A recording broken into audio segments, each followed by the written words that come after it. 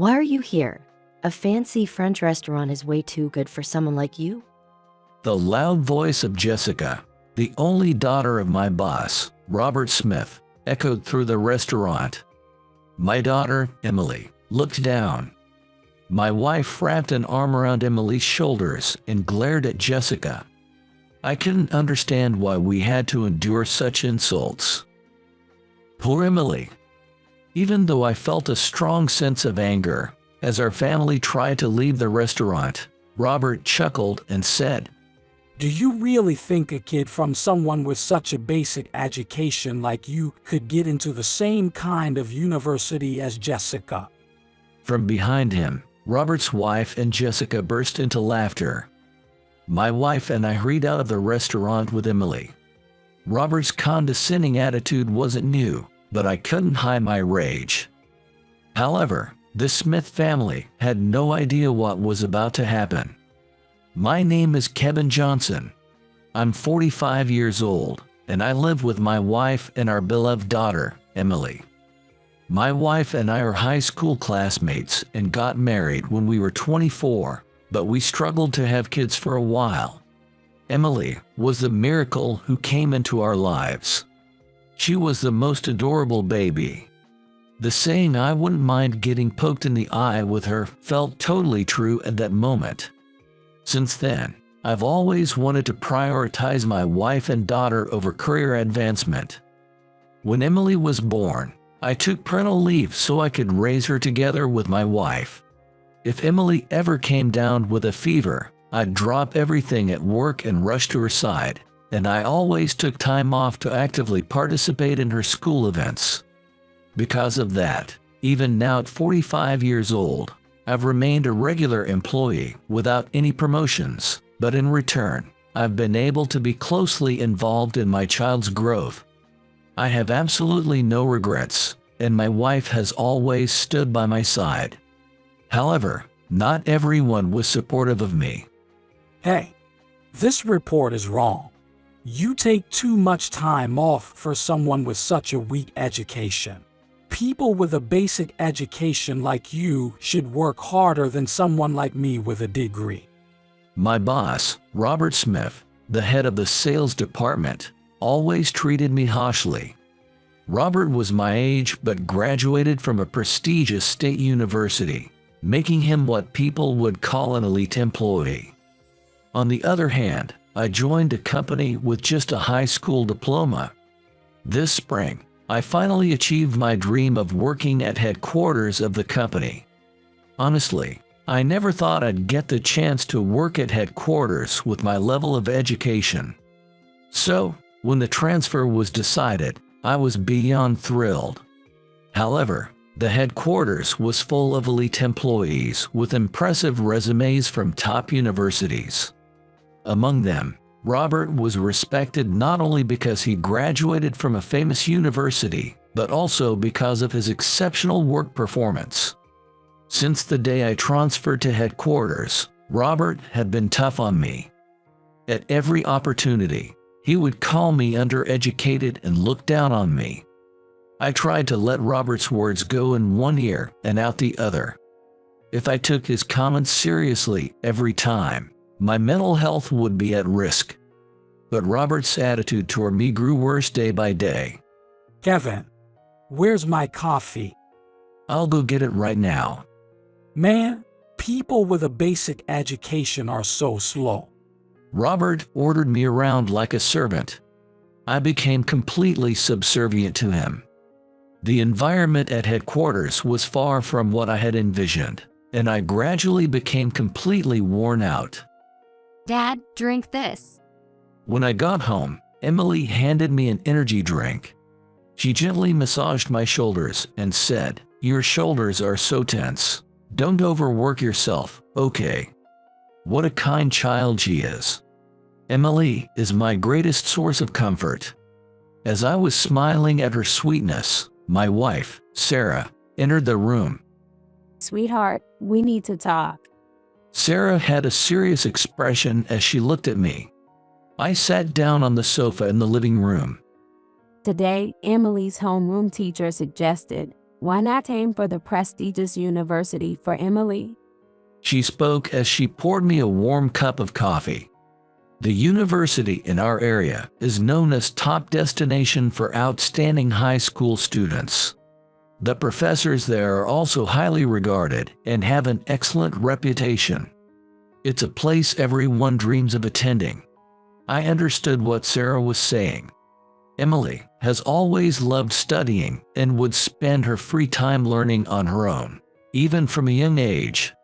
She consistently earns top grades and is frequently praised by her teachers. So, it wasn't at all strange to consider that she could apply to the university. I was fully supportive of the idea. However, the most important thing was how Emily felt about it. Emily, do you want to apply to the university your teacher recommended? Emily thought for a moment and quickly answered, yes. The teacher said it's a place where I can study as much as I want. I want to go there and learn everything I can. I see. Then let's aim for that university. I made my decision after hearing Emily's feelings. Both Emily and Sarah looked delighted. Then, Emily sat down next to me. Well, I'm not very good at math, so I'd like to go to a tutoring center to overcome that. She spoke with an apologetic look on her face. Of course, I immediately answered, it's okay, you can go to tutoring. I wanted to do everything I could for Emily. Her eyes lit up at my words. Thank you, Dad. I'll do my best. With that, she went straight to her room and started studying. As I watched her, I felt even more determined to work harder for my family. The following week, Emily started attending tutoring sessions. I made a new friend at tutoring. She's aiming for the same university, too. Emily told me excitedly. I smiled as I watched her, feeling proud. Even though she studied late into the night every day, she always seemed happy. She never complained once about the workload. She really does love studying. Watching Emily like that made me feel that I needed to push myself harder, too. However, at work. Kevin, are you the one who put together this report? No, it wasn't me. Who else but you would create such an incomprehensible report? Being blamed for things I didn't do was an everyday occurrence. No matter what I say, Robert's not going to listen to me anyway. I'm sorry. All I could do was apologize. That day, as usual, I was being bossed around by Robert.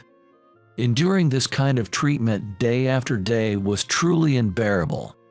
Just then, Robert came over to my desk. I heard you had good sales numbers at the branch office. If that's true, go pitch to this client. He tossed a file onto my desk. I picked up the file.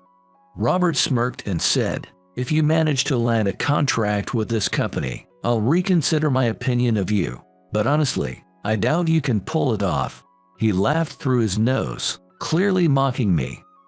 If I can secure this contract, maybe Robert will stop treating me like his errand boy.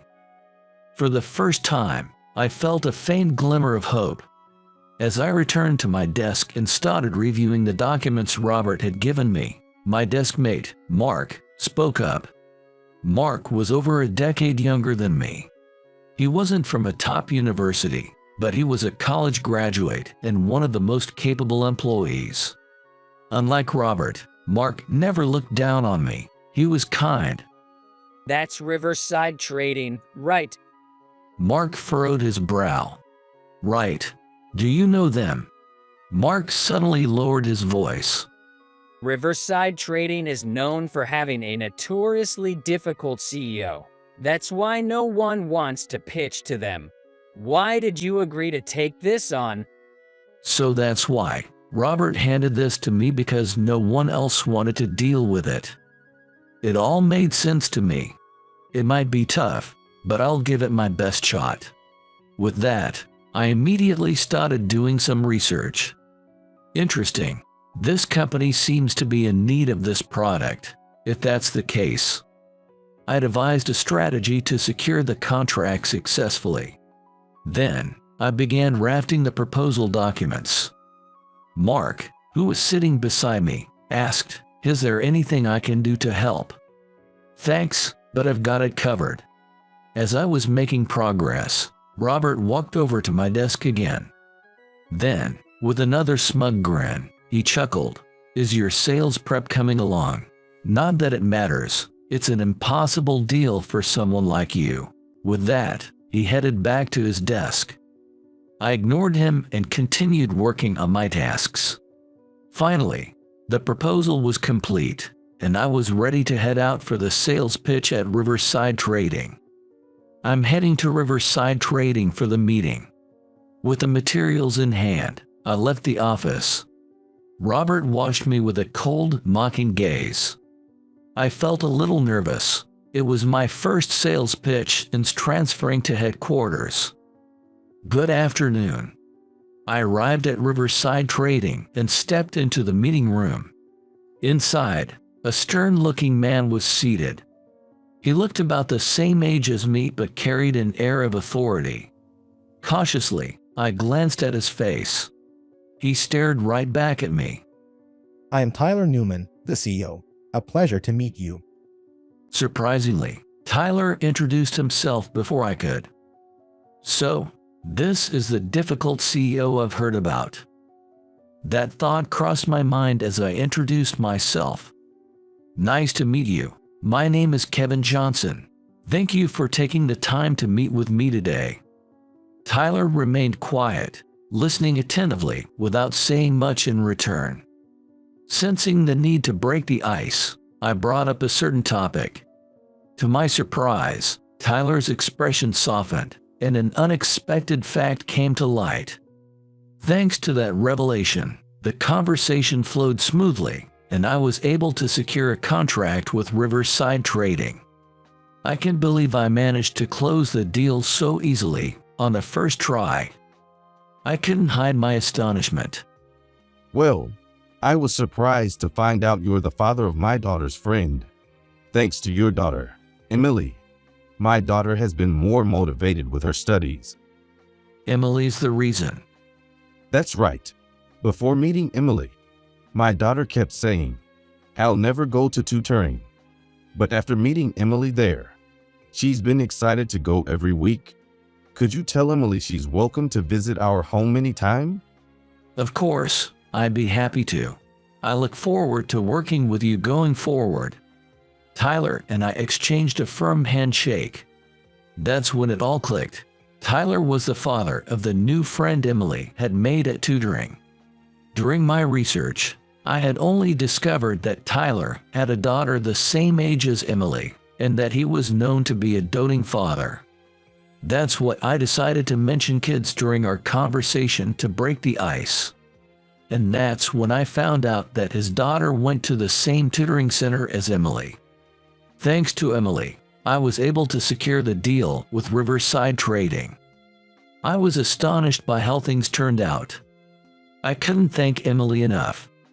Feeling triumphant, I left Riverside Trading's headquarters and headed back to the office. As soon as I arrived, Mark came up to me. So, how did it go at Riverside Trading? With a big smile, I replied, "I got the contract." Mark's eyes widened in stunned as he let out an excited shout. What? Really? Riverside Trading actually signed the contract? I was startled by Mark's loud reaction. Hearing the commotion, Robert got up from his seat and walked over to my desk. Hey, what kind of trick did you pull? Well, Riverside Trading is fickle, so the CEO was probably just in a good mood today. Don't get cocky just because you succeeded in one pitch. You're still just a high school grad with no real credentials. Robert snatched the signed contract from my hands and returned to his seat. Unbelievable. He said he'd reconsider his opinion of me if I landed the deal, but instead of giving me credit, he's still belittling me. I started to believe that Robert didn't hate my work. He just hated me for having a lower academic background. But none of that mattered anymore. I decided I'd simply keep doing what I could in my own way. Today, I should buy Emily a cake as a thank you. She loves cake, so she'll be happy. With that thought in mind, I continued working through the tasks Robert had assigned to me. Then, Robert tossed another file onto my desk.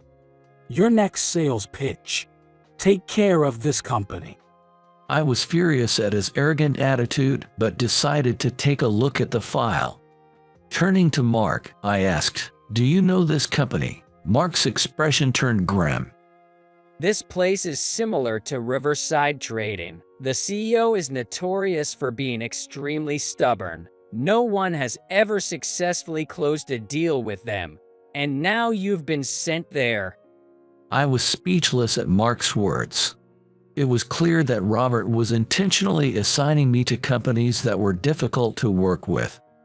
This was his way of harassing me, and I felt anger rising inside me. At the same time, a surge of determination filled me as I thought, all right then, let's do this. I began researching the company right away. To prepare for tomorrow's meeting, I decided to leave work early that day. On my way home, I stopped by Emily's favorite bakery and bought a cheesecake, imagining her delighted reaction as I headed home. However, when I arrived, I was met with an unexpected sight. Emily was crying in Sarah's arms. Emily had never been the type to cry easily, no matter what happened. That made me even more worried. "Emily, what's wrong?" Even after I asked, Emily just kept crying without answering. Sarah looked at me with concern. She's been crying ever since she got back from tutoring. I tried asking her what happened, but she won't tell me anything. I don't know what's going on. I gently spoke to Emily. "Your mom and I are really worried about you. We can help if you only cry. Can you tell us what happened?" Emily slowly lifted her face and began speaking. There's a girl at the tutoring center named Jessica. She keeps laughing at me and calling me the kid of a low education dad. She says, no matter how hard a kid like that tries, you'll never get into university. My mind went blank. A kid who talks just like Robert. The only people who know about my academic background are my coworkers. Cut it beef. A terrible suspicion crossed my mind. Is that girl's last name Smith? I asked, though I hoped I was wrong. Emily's eyes widened in surprise as she looked at me. How do you know that? My face turned pale. I knew Robert had a daughter, but I never imagined she went to the same tutoring center as Emily. She might be my boss's daughter. There's someone at work who constantly looks down on me and calls me uneducated. Emily stared at me in shock. Dad, are you really uneducated? She looked straight into my eyes. How should I explain this to her? As I hesitated, Sarah, who had been silently observing, spoke up. Your dad didn't go to college. Unfortunately, there are people who belittle others who didn't graduate from college and call them uneducated. But I don't see it that way. Your dad may have only graduated from high school, but he has a stable job and works hard every day, doesn't he? Sarah's voice was filled with conviction. It's true that I only graduated high school, but I have no regrets. Besides, even without a college degree, I closed a major deal today thanks to you, Emily. Isn't that amazing? Emily looked curious. I began telling Emily and Sarah about what had happened earlier at Riverside Trading. Emily's face lit up with joy. So, Samantha's dad is the CEO of Riverside Trading. Samantha is such a kind person. When Jessica said mean things to me, Samantha stood up for me. Tyler's child really takes after her father in the best way. Knowing that someone was there to support and defend Emily made me feel a little more at ease. Dad, I love how kind you are. No matter what Jessica says to me, I'll never let her get to me. So, you shouldn't let her dad beat you either. With that, Emily hugged me tightly. I gently patted her head. I won't lose to Robert, no matter what. I may only have a high school diploma, but I felt that I was a far better person than someone like Robert, who judged people solely based on education. In that moment, I made a vow to work hard until Robert had nothing left to criticize. Dad will never lose, so you have to keep doing your best too, Emily. And if things ever get tough, talk to me or your mom, okay? Emily nodded at my words. When her bright smile returned, I brought out the cake I'd bought. As I expected, Emily was overjoyed, and we had a wonderful time together as a family. The next day, I arrived at the office as usual. I was preparing to head out for the sales pitch at the company Robert had assigned to me when he suddenly came over and raised his voice. So, your daughter is planning to apply to a top university. Huh? There's no way a kid of someone as uneducated as you could get in. Without thinking, I responded, "You won't know unless she tries." Robert glared at me. What did you just say? Someone with your level of education shouldn't even speak like that. My daughter is smart, unlike yours. Until now, I had always brushed off Robert's remarks. However, while I could endure being looked down on, I would never forgive anyone for insulting Emily. Despite my frustration, I walked away from Robert and headed out. This was my second sales pitch since transferring to headquarters. I wondered if luck would smile on me again. Though I felt nervous, I gave it everything I had during the presentation. And once again, something incredible happened. I successfully secured another contract. It turned out that the CEO of this company was an acquaintance of Tyler, the CEO of Riverside Trading, and had heard about me from him. That's why he was very friendly toward me, and the sales pitch went smoothly. In my heart, I silently thanked Tyler. When I returned to the office, I immediately reported the successful deal to Mark. His eyes practically popped out of his head in surprise. Kevin, that's amazing. You've really got a knack for sales. He stared at me as if seeing me in a whole new light. Being praised by Mark made me feel a little proud, and I couldn't help but smile confidently. Just then, Robert walked over. Don't get so cocky just because you succeeded at a second sales pitch. You're still just doing what's expected.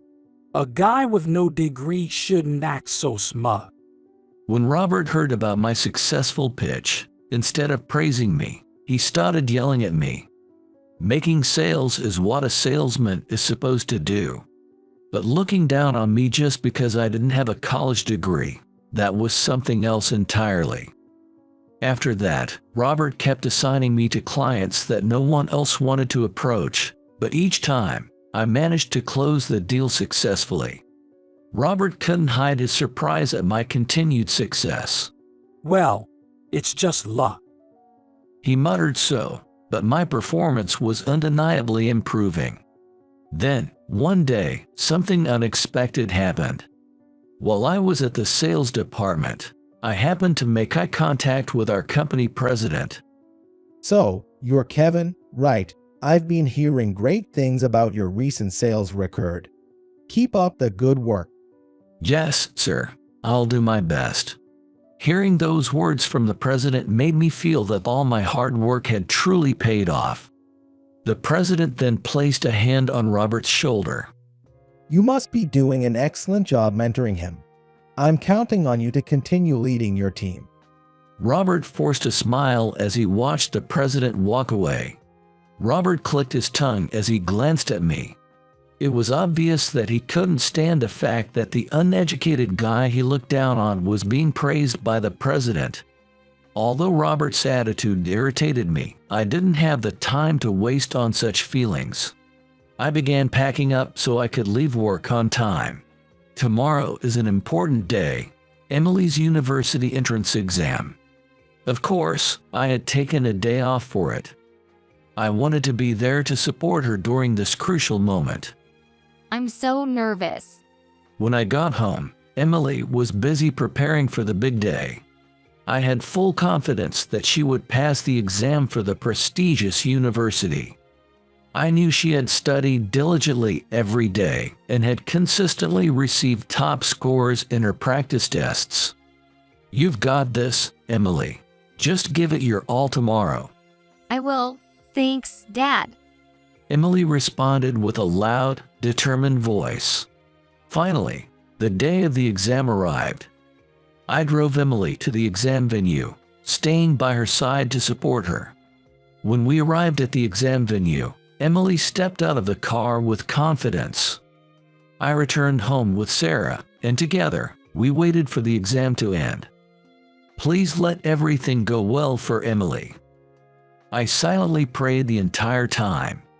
Seeing me fidgeting, Sarah chuckled and said, "It's not going to help if you keep pacing around, you know." Still, the 5-hour wait felt incredibly long to me.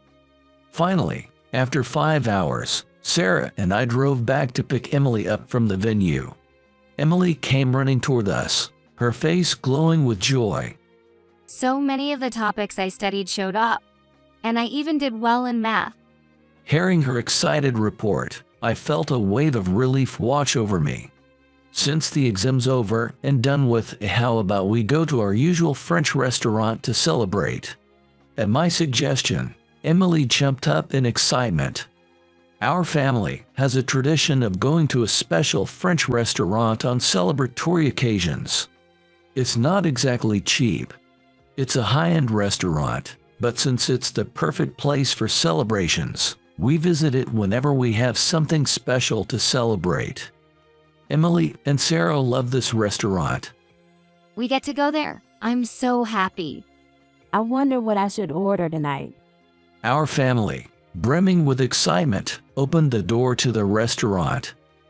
Since it was dinner time, the place was bustling with customers.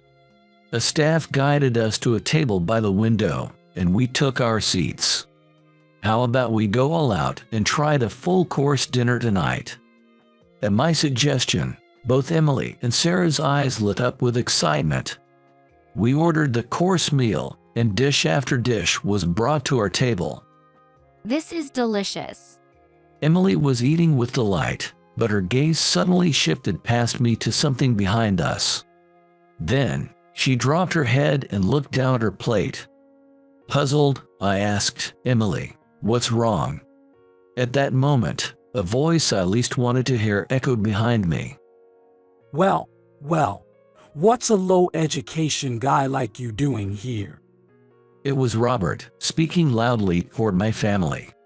Behind him were his wife and Jessica.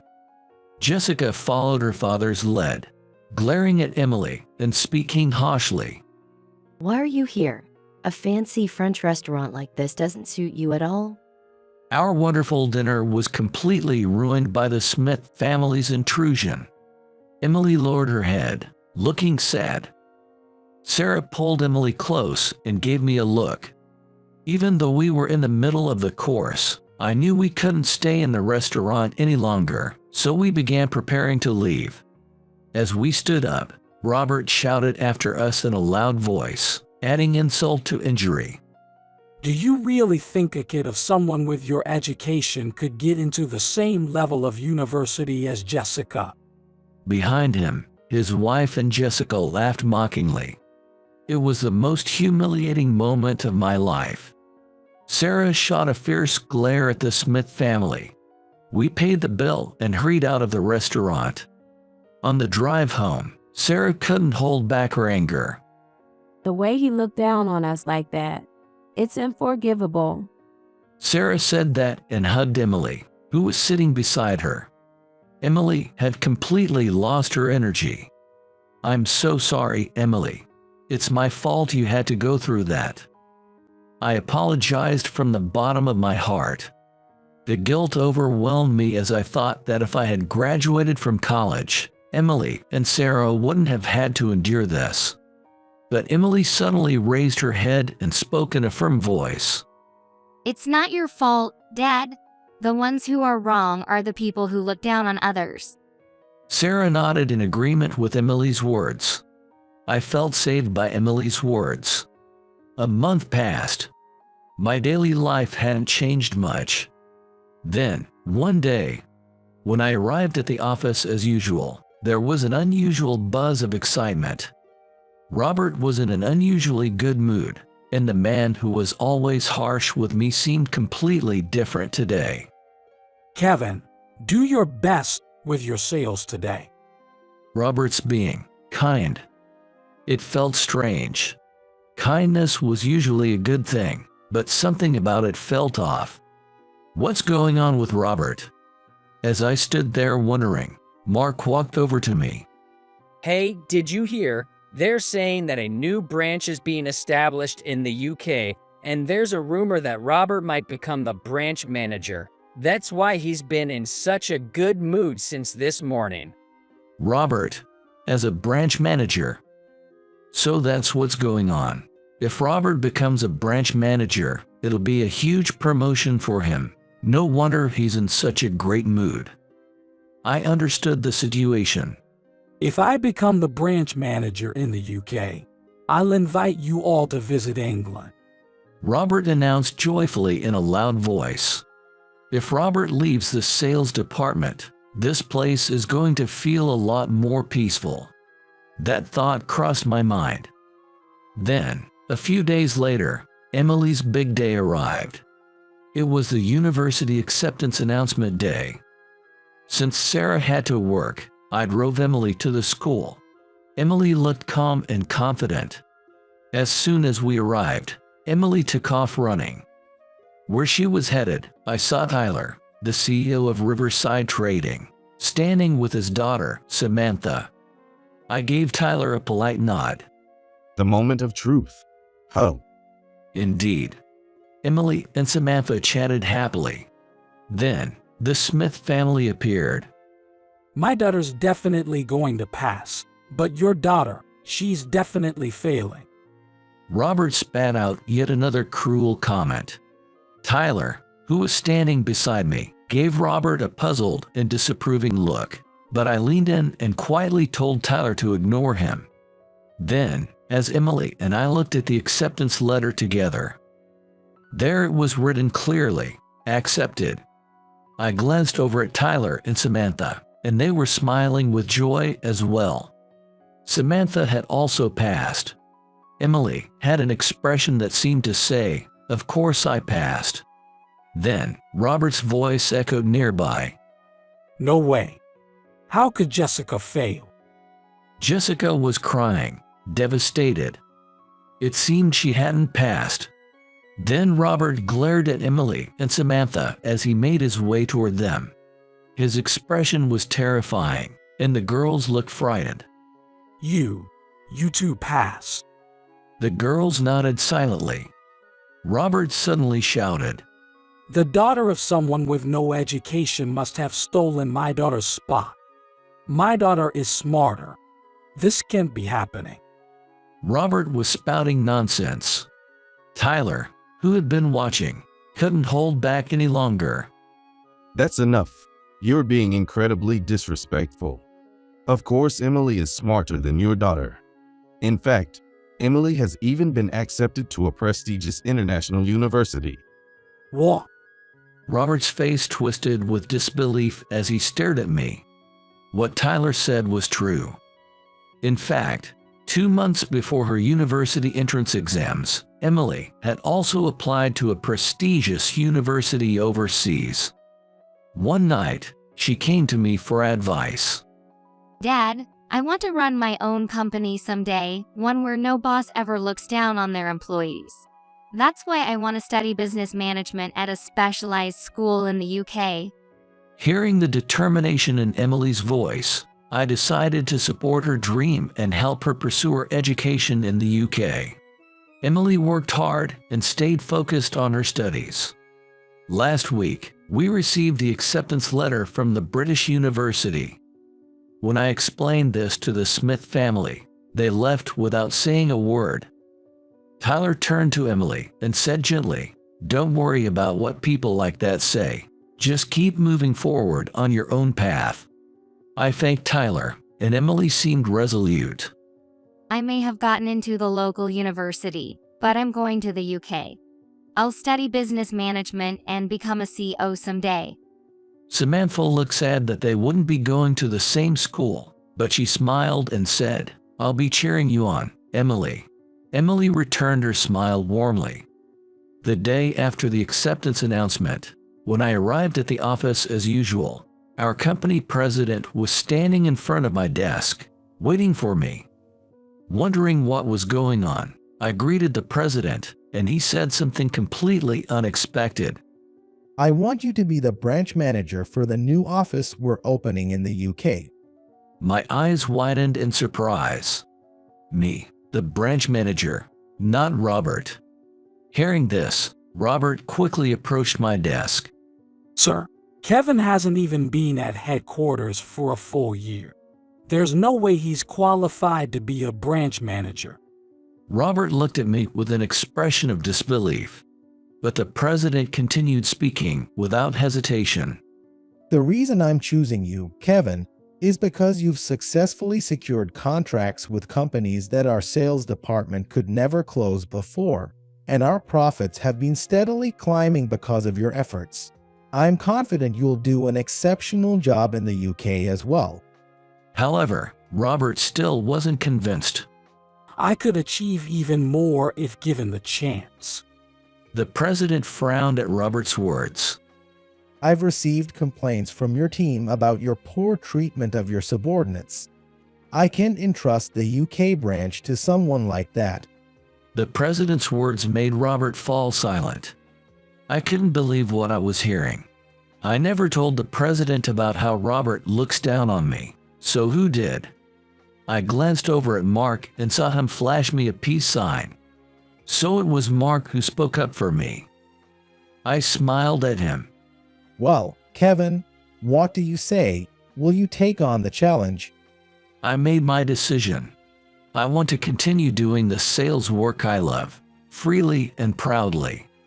I'll do it. The president beamed and gave me a firm pat on the shoulder. I'm counting on you. With that, the president left the sales department. Robert stared at me, his face full of frustration, but he didn't say another word. After Emily's graduation, our family moved to the UK. By coincidence, Emily's university was located near the branch office where I would be working. Together with my beloved family, I embarked on a new chapter in life. Later, I heard from Mark that Robert had become unusually quiet ever since I was appointed branch manager. As for Jessica, she ended up enrolling in a local, regular university. I sincerely hope that Robert has learned not to look down on others based on their education. Whenever I think back to the harsh treatment I endured from him, I still feel some anger, but in a way, I have Robert to thank for where I am now. Moving forward, I'm determined to keep working hard while cherishing my family.